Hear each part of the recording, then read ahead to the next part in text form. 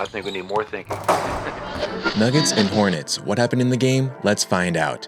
You're listening to CS 105.1, where I talk about the Nuggets with good vibes. Let's get it. Let's try to get healthy. Let's stay together. And if we can do that, we put ourselves in a good situation.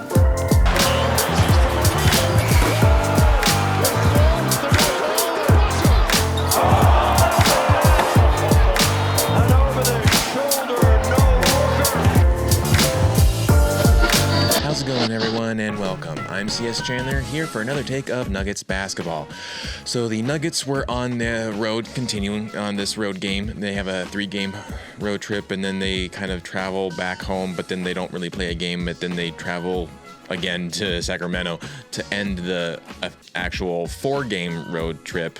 There's like a 3 days in between there, so it's kind of a weird road game. And they're also playing 3 on the road in the East and 1 on the West. Crazy, just overall schedule. You've heard me rant about it. I'm not going to rant about it a little bit more right now. That's for later, but it's still a crazy road win. And as we've already talked about, the Nuggets are a dominant road team this season. That is their identity. They are a very good road team. They have gone 9-2 going into this game, looking for their 10th straight road win. And the Hornets, aren't doing well. They haven't really done well in 21 years. They haven't been to the playoffs in 21 years. They are continuously trying to rebuild, trying to find some kind of variation of that team that can do something decent. And I feel for that team. I've never really fully ever hated the Charlotte Hornets. I actually kind of dug them, especially in the 90s when Muggsy Bogues was on there. Oh man, loved me some Muggsy Bogues, man. But the Nuggets were still looking for that win. So on the road, hoping to extend that win. The injury list still the same. AG, CB, Julian Strawther, all out. Luckily, no one was added else to this list. So after last game, you had Spencer Jones on it. He's now off the list. Jokic is off the list. Jamal is off the list. So that's looking good. And Cam is off the list. So relatively good. Now we just got to get those starters back in. And, I feel like Spencer Jones and P. Watt are still kind of relatively holding the fort down while they get healthy and come back. And I hope that they're not rushing. I really hope that they're not going to rush AG. I mean, I feel like CB could be fine. I mean, it was an ankle thing. It seemed like a little further than just a regular ankle sprain or whatever. It seemed like it was a little worse than that. So lucky he, sits out the appropriate amount of time, gets healthy, comes back. So the starters for tonight was Jamal Murray, Cam Johnson, Spencer Jones, P. Watt, and Jokic, which has now kind of been their typical starting lineup right now. Adelman's gone with, which is surprising to me. I would think that he would actually start Brucey Brown in place of Spencer Jones or even Valanciunas, or Zeke Naji. I know there was that one game where he actually did start Zeke Naji instead, and I feel like it was actually a little bit terrible if I remember correctly. But the Nuggets were wearing their Skyline black jerseys once again, so back-to-back games with the Skyline black jerseys. Let's go. And the Hornets were wearing their white jerseys, and the Nuggets got the W. Let's go. 10-game road win streak. Yes. Love it. Final score 115-106, so not a blowout. It was starting to look like a blowout, I will say that, and then the Nuggets just kind of took that foot off the gas like they normally do. So what happened in this game? Well, let's break it down. First quarter, the Nuggets wouldn't actually control the tip. The Hornets would. Bridges gets fouled, goes to the line, makes both free throws to get the first buckets of the game. P. Watt throws the ball away on an inbound pass. Luckily, the Hornets aren't able to convert that into points. And on the other end, Murray sinks a 3 to get the Nuggets on board. And then the Nuggets' perimeter defense just continues to break down, allows the Hornets to sink a 3 to gain a 2-point lead.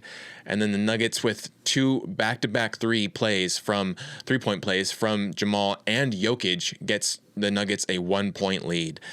Jamal on a running drive to the rim for a layup forces the Hornets to take the first timeout of the game, and then Jokic and Jamal, two-man action, starts to kick in, gets the ball moving and builds a 4-point lead.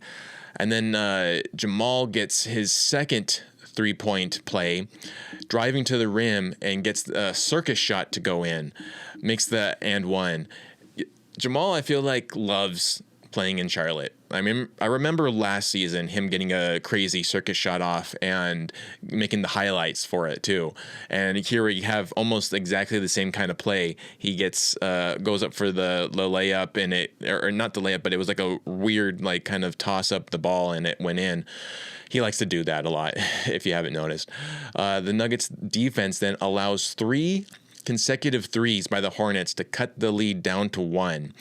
Nuggets defense just completely slacking, allows Bridges a straight drive to a massive dunk to take the lead.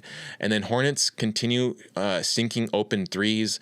Nuggets offense not boxing out again. Like, we're having this issue with them not boxing out. They're not boxing out in here either, allows the Hornets to get the rebounds. And then Murray ties his career high of any quarter in his career of 23 points in one quarter. Both teams tie 34 in the first quarter. Not a horrible start, not a great start. It was just kind of meh. Second quarter, the Nuggets start the quarter off with a lineup of Brucey B, Big Val, Cam Johnson, Tim Hardaway Jr., and Jalen Pickett. Pickett would get some minutes today, as Tim Hardaway Jr. sinks a 3 for the first bucket of the quarter. Miller then responds with an uncontested 3 to cut the lead down to 2. And then second unit just starts to get stagnant after 4 minutes. Around the 8-minute mark, they just started to really get stagnant and allows the Hornets to come back and tie the game. Cam, with a great defensive play, causes a turnover on the Hornets as DA calls a timeout to regroup. Jokic and Jamal then both check back in at the 5:48 mark as Jamal immediately scores with a floater. Jokic then sinks a 3 at the top of the key to get the Nuggets first to 50, and then Hornets with back-to-back threes again gets the Hornets a 4-point lead. Jokic and Jamal, though, stay consistent with back-to-back buckets, giving the Nuggets the lead back again as it goes back to the Nuggets, and the Hornets actually will end up outscoring the Nuggets 24-23 and taking a 1-point lead into the half, 58-57. So not the greatest second half, I would say. Yes, you're not down by a lot, but when you're down to the Hornets by any margin, I feel like you're having not a great second quarter. And that's kind of what we had here. And still, like, you basically lucked out that the Hornets weren't more on fire. Honestly, like, they don't have a great offense. They do put up a lot of threes, and you basically allowed them to try all of those threes, and you got kind of penalized for it, or you paid for it. And there was even plays where they would foul. Like, I know Spencer Jones fouled beyond the arc, gave them a 4-point play. I know, what was it? There was another 4-point play. I forget. I think it was like Cam. I think it was Cam who fouled. It was just, it was not. The defense was not locked in, but at the same time, it wasn't non-existent either. Like, it was there barely behind the surface. It just wasn't good. So, third quarter, the Nuggets start off with starters as Cam immediately drills a 3 for the first bucket of the quarter. Like, it was pretty, like, instant. As soon as they got the ball past the half court there, it was just like bucket down. It was really fast. Awesome to see. Simpson then responds with a 3-point play. And I feel like the Nuggets were focusing too much on Knipple, that they allowed Simpson to have whatever shot he wanted. And he got a lot of open up shots. And it kind of made me feel like the Nuggets just really like to make other opposing teams' rookies look really, really good. So Simpson actually made 16 points tonight. Knipple made 14, but that was primarily because he started to get a little bit warmer in the fourth quarter. The Nuggets started to let off the gas a little bit and allow him to get concession buckets, and so that's only why Knipple had 14 and not less than that, because I feel like if the Nuggets had held their defense on him, he probably would have ended the night with like 4 points. But really it allowed Simpson to do more of his thing. And Bridges, he's more of a veteran. He's going to make a bucket regardless. He got a lot of floaters, sky hooks, and everything in there that you're just not going to be able to defend. So, like, I get that. And then Brandon Miller also ate a little bit. He had 17 points after tonight. And so there's a little bit of mixture of you're just focusing too much on one guy. And yes, that one guy is a phenomenal candidate for Rookie of the Year, but you're putting too much effort on a rookie and that you're letting these other guys feast. And that's kind of why the Hornets stayed in this game tonight. So then followed by that, there was a 3 from Miller to give the Hornets a 6-point lead early in the quarter. So the early part of the third quarter, not great. Nuggets then get sloppy with the handles and passes, not getting back on defense. Jokic then gets a padded full court heave pass down to Piwat on the other end of the court for a jam. Jokic then at the same time also with a rebound, spins around the defense, slings the ball to Cam, who finds Spencer in the corner for a 3 and the 4-point lead now for the Nuggets. That was a great play. That was honestly, that was a great play by Jokic. Like, it wasn't talked about enough, but it was so phenomenal how quickly he grabbed the bucket, or he grabbed the rebound. The defender was trying to poke it out like they normally do. They always try to attack him and off-put him. He just swung around, spun around, slung it over to Cam, who then off the defender, like, lobbed it over to an open Spencer Jones. And Spencer Jones still isn't the dominant player right now where a lot of people are going to guard him, and so he's left open for threes a lot of the time. And that's kind of what happened right at this point here, or in this game, that he was open for this 3 and sunk it. And he has the weirdest looking 3 I've ever seen. There's a lot of weird 3s out there, but he is definitely one of the weirdest ones, because he like arches his back like this, or his like side. He shoots his side as he's going up. It's so weird. And I know I'm not the only one who talks about that. That is just, but he gets the bucket down, and Jokic then with a steal immediately after this finds another open Jones for another 3. So that's what I'm like saying. Like, they keep on leaving Spencer Jones open, and what tonight he was 2 for 4. So he missed 2, but he made 2, and that's kind of what you're going to get with Spencer Jones. He's probably more like a 50% 3-point shooter. So Hornets then keep crashing the glass. They loved crashing the glass. They just kept on grabbing the rebounds on both ends too. They were very aggressive in the paint trying to grab those rebounds. And then Spencer Jones actually goes out in this quarter with his 4th foul. He racked up a lot of fouls. He was very foul heavy in this quarter, and it wasn't really the aggressive, like, okay, yeah, that was a good foul, being aggressive and everything. It was like stupid fouls, like the foul on the beyond the arc for the 4-point play that you gave them. There was a lot of that. There was a lot of like just boneheaded fouling that Spencer was doing tonight. It was not a great part on his play, but at the same time, when he went out, he was still making the best impact of the Nuggets. He was a plus 11 when he went out, better than anyone else. So he still was having good impact. It's just he was fouling a lot tonight. Then Piwat clearly not having a good game as the team continues to try to get him going. They continue to give him the ball. He's just missing it, missing dunks, missing layups. His handling wasn't there. He would give up the handling a lot and get turnovers. I think at the end of the day, yeah, he had 4 turnovers tonight, which isn't great. So, and then as soon as I wrote this note down, he sinks a 3. So that was awesome. That was awesome to see. And I felt like I was kind of tempting fate there. Like, come on, get this guy a 3. And sure enough, that's what happened. Bridges then intercepts a pass to Jokic and is out of bounds, and yet the refs don't call it. Like, so this happened at the baseline of the Nuggets end, and the heave was lobbed to Jokic at the baseline. Bridges then intercepts it, and he was 100%.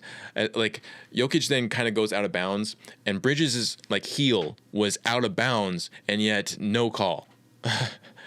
It's crazy that this officiating this season is so frustrating, and I'm gonna probably continue to talk about it just because it's really frustrating, and especially those earpieces.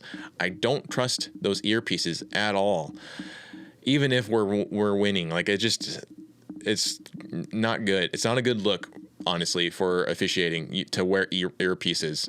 It's really not.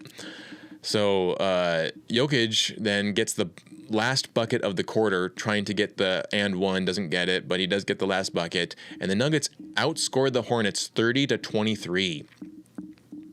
Fourth quarter, Nuggets start off with a lineup of Big Val, Brucey B, Tim Hardaway Jr., Pickett, and Cam. With a good defense, gets the ball off of a missed shot, and Pickett on the other end sinks a three for the first bucket of the quarter. Phenomenal start to both, or at least the first play of both the third quarter and the fourth quarter to get both first buckets of the quarters on threes. Awesome. Hornets then challenge an out-of-bounds call, which is deemed unsuccessful and actually leads to a foul call on their center. Like, I thought the Nuggets had a horrible challenge team. The Hornets, man, like they basically say, like, hold my beer. Like that was a horrible challenge. I don't know why they would have challenged that. Out of all the calls, too. That was crazy. So then a big dunk by Big Val gives the Nuggets an 11-point lead. Big Val was awesome tonight. Like, he didn't score a lot, but the thing I loved the most from Big Val tonight was his aggression, especially when the other team is kind of bullying you and pushing you over. You don't get that with Big Val. Big Val will stand his ground, and he will battle back, and he'll push back, and I love that.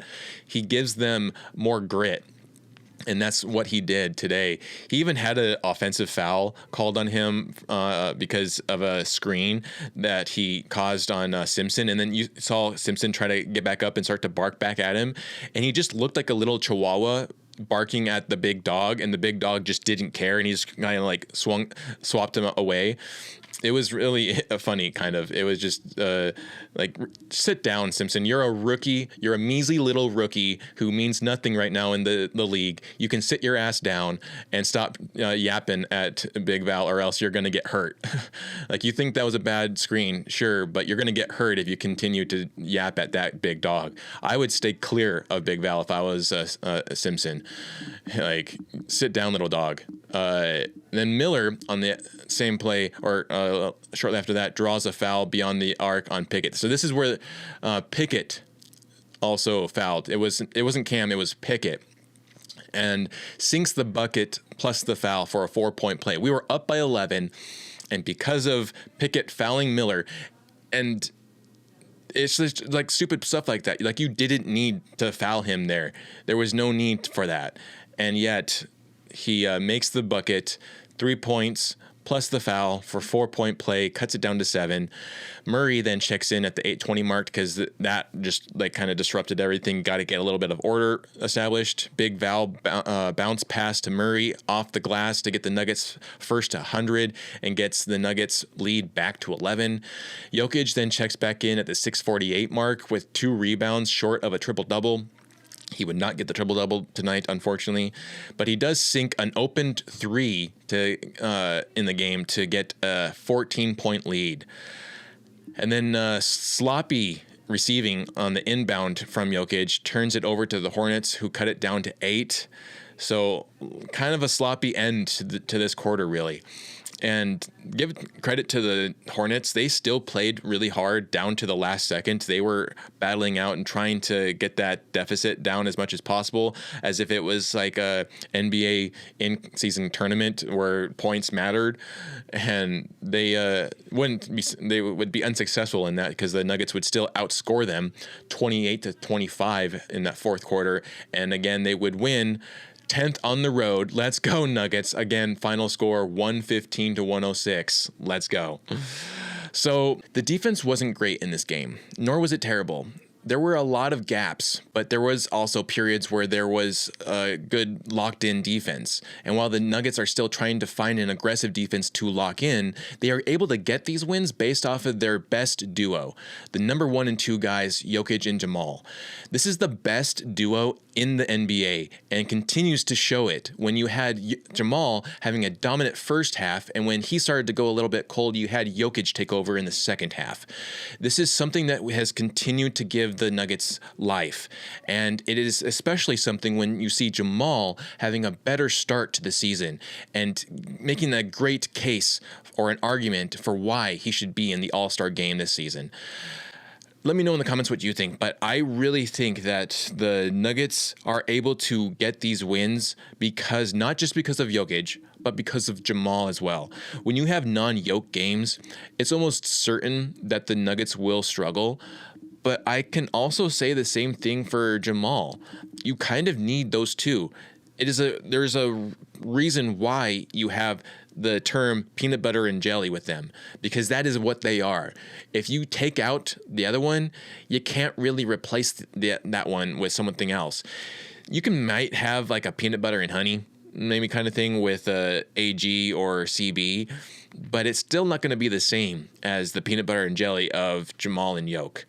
And so, it was a great duo win for those two tonight. They definitely led the Nuggets to this win, and as it really did show.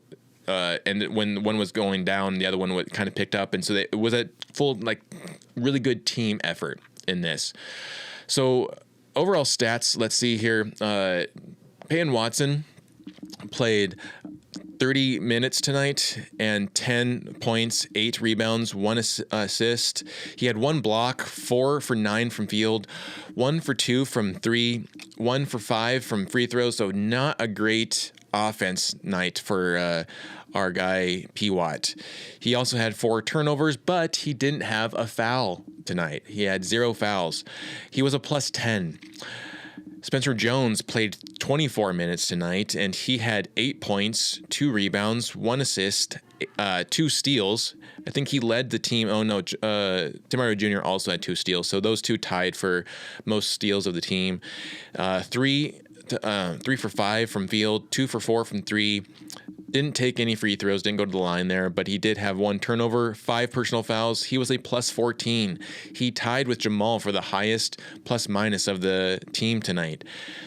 And then we had Cam Johnson, played the most amount of minutes of any Nugget tonight with 38 minutes, almost 39, 8 points, 4 rebounds, 3 assists.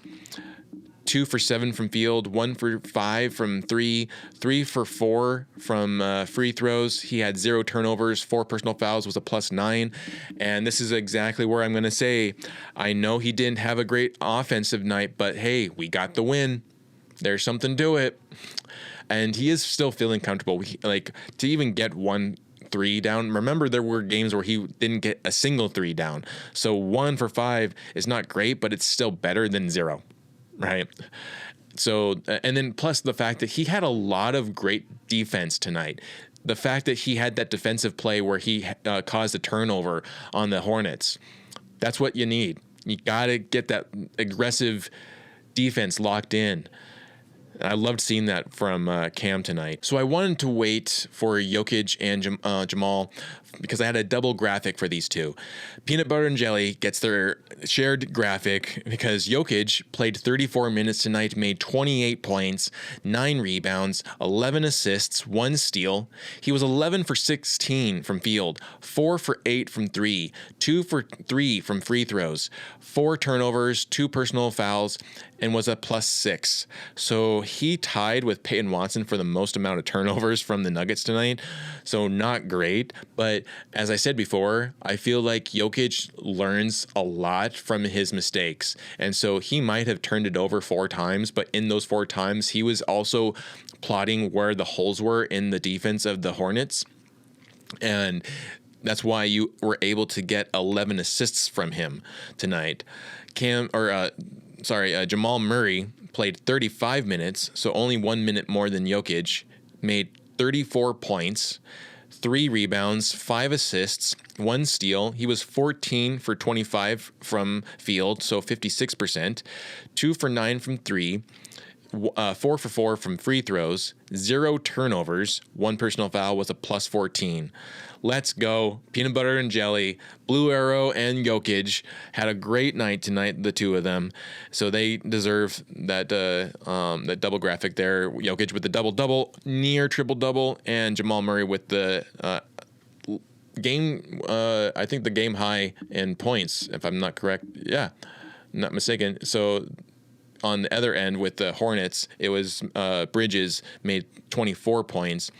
Murray made 10 more points than him with 34. So awesome stuff there from our guys, our two best. And then bench-wise, we had Tim Hardaway Jr., 26 minutes, 14 points off the bench, 1 rebound, 2 assists, 2 steals. He was 3 for 6 from field, 2 for 4 from 3, 6 for 6 from free throw, 0 turnovers, 1 personal foul. He was a +7. He was the highest plus-minus of the bench tonight. Valanciunas didn't have a high scoring or high stats or anything tonight, but he did get the Nuggets 1 of 2 blocks, because we only got 2 blocks tonight. So overall stats here, we had 35 rebounds to their 47. Is that right? 35 to their 47. So they out-rebounded us. And that's exactly my take, right? That's what I was saying. They were crashing the glass, and they were getting those rebounds. And that's kind of what I've been constantly seeing with when other teams are starting to get one over the Nuggets. It's usually because they're more aggressive defensively and they're crashing the glass. That's what you saw with the Bulls. The Bulls won that game because they crashed the glass, got the rebounds, whether it was offensive rebounds or defensive rebounds, and they allowed themselves to get the second chance points. Nuggets weren't doing that. They weren't boxing out. They weren't trying to get those second chance points as much. And when they did, sometimes they came up with a foul because of it. And so crazy there. But so 35 to 47 there, 29 assists to their 24. We had 8 steals to their 7. We had 2 blocks to their 3. We shot 51% from field. They shot 44. We shot 37% from 3. They shot 30%. We shot 72% from free throws. They shot 76%. So they still did better free throws. And that's also something that I've been noticing too. I don't know about y'all, but I've noticed that the free throw shooting from the Nuggets has been down right now. And I don't know why, because free throws should be the easiest bucket you make. And for some reason, the Nuggets just have not been good at free throws lately. The only one holding us up right now is Jamal Murray. I think, and Tim Hardaway Jr. Tim Hardaway Jr. went to the line the most, and he actually made all 6 of his. Jamal made 4 of 4, so yeah. Turnover-wise, we had 10 turnovers that just closed. Why? We had 10 turnovers to their 13. And then 19 personal fouls to their 27.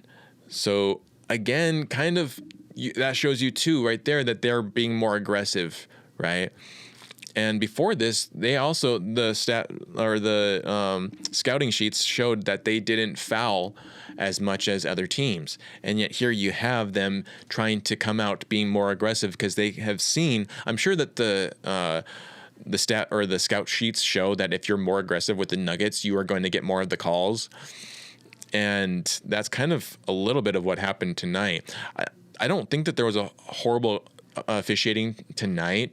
Mainly with that one call. That one call was ridiculous to not call. I should say the one no call of Bridges clearly being out, and yet there was no call and whatever. But just. You can tell that there's still some issues with the Nuggets defense there, and that shows in the stats as well. So let's see if we go around the association right now. We have Lakers and Philly are at it right now in the fourth quarter. And Lakers are up by only 2, so one of the rare times I'll be rooting for the Sixers to win. The OKC is taking on the Jazz right now, and the Jazz are destroying them by 17. Man, I cannot stand the OKC. They just are not a good team. I know that everyone says that they're such a great team. They're not impressive. Yeah, they're the defense. It all comes down to their defense, but their offense is just really not that great. As much as everyone loves it. Final, we also got the Knicks. My New York Knicks beat the Orlando Magic 106 to 101 or 100. And then Boston beat Toronto 121 to 113. We had Portland versus Memphis, with Memphis beating Portland 119 to 96. And then we had Golden State Warriors beat the Bulls 123 to 91. Man, that every team right now that's beating the Bulls just makes me that more annoyed that we got beat by the Bulls. The Bulls right now on a 6-game losing streak. That should be like a 7-game losing streak because of losing to us. I think that was like 6 games ago that we lost to them. It's ridiculous. Maybe a little bit more longer than that, but still, like, man. And I love the Bulls, but still, like, the fact that they got that win, they should not have gotten that win. That was crazy. So, and then standing wise, if the Lakers lose tonight to the 76ers, the Nuggets will take over the second seed again. So let's all hope that the Lakers lose tonight. I mean, I'm always hoping for the Lakers to lose no matter what, but still, they need to lose. So, and obviously you still have OKC 22-1. That's ridiculous. That's so ridiculous. So with the next games, we have Sacramento on Thursday, the 11th. And then after that, we'll have, I believe, the Rockets on the 16th, and then a day off, and then the Magic. So we have a 3-game homestand, actually a 4-game homestand with the Rockets on the 16th, then the Magic, then the Rockets again, and then the Jazz. Our first time facing the Jazz this season is on the 22nd, and that's on a first end of a back-to-back against the Mavericks, which will be on the road in Dallas. And then we come back for 1 game to face the Minnesota Timberwolves before we go on our 7-game road trip. That's the insane part. So after the Timberwolves on Christmas Day starts a 2-week, 20 days, 20 freaking days on the road. That's insane. And so that's where I'm saying that, like, if it looks like the Nuggets aren't a good home team, if it looks like they're the visiting team, it's because they kind of are. They are the kind of the visiting team when they're on the road so much. I mean, I'm seeing a little bit more blue on the back end here, so hopefully they can kind of lock things more back in. But you can totally tell the league has calculated a way to make the altitude not an issue for the visiting team. And that's by keeping us on the road so much, you don't give us a chance to get acclimated over the other team. And that's exactly what's happening. So from the 27th of December all the way to the 8th of January or 7th of January, that's all on the road. You have our first game against the Magic. Then you go down to Miami to the Heat. Then from the Miami, you fly all the way up to Toronto to face the Raptors. Then to Cleveland for the Cavs. And then you head over to a back-to-back in Brooklyn against the Nets. Then to Philly against the 76ers. And you end that road in Boston. That is an insane road trip. To start it in Orlando, like Orlando to Miami, that's fine. That's usually at least the league does give us that one thing that they usually lump our Florida trip into one. So that is a relatively nice thing. I'm not going to call it a very nice thing because it's like the bare minimum, but you have those two, and then to fly all the way up to Toronto, that's insane. To then go to Brooklyn or to Ohio, then to Brooklyn. Then you head to Philly. So you go down a little bit and you go back up to Boston before you fly back over to Denver for 2 home games in against the Hawks and the Bucks. So that's insane. Then you go back on the road. Like, it's just, I was saying this in the offseason, as soon as the schedule came out, to me, like, everyone else was complaining about November, and yeah, that was a really difficult month. But to me, January is where it's at. January looks like the nightmare month of the schedule. Like 17 games. You have 5 back-to-backs in this game, or in this month. That's crazy. Most of it is on the road. Like, and then you get like 1 or 2 games at home in between those little stints on the road. This is going to challenge, like, no one, if we win the chip this year, no one can say we had an easy path to this chip. This has just been insanely difficult. Like, if anyone's had the easy route, it's been OKC. So I'm not going to go into that, though. But that's pretty much all I got for this episode. So the next game will be for that Sacramento. I'm going to try to see if I can get it. Hopefully, I'm going to actually be on the road myself. And so we'll see if I'm able to get it where I'm at. Hopefully I am, fingers crossed, and which I'll to give my take. But I'll find a way to watch it and still give my take. But we'll see. That's pretty much all I got for you. I hope you enjoyed it. If you did, please give it a like and subscribe. Share it out to your friends and family. And if you feel gracious enough to give me a donation, I really appreciate it. The link to my PayPal is in the description below, as well as on the profile page. You can head over there. And if you would like to add a comment or a take of the game, of a player, of the roster, of any other sports, I'm happy to take those on and shout you out with that. But I'd really appreciate the help there. So help get the lights on in here. But you've been listening to CS 105.1, where I talk about the Nuggets with good vibes. We'll catch you later.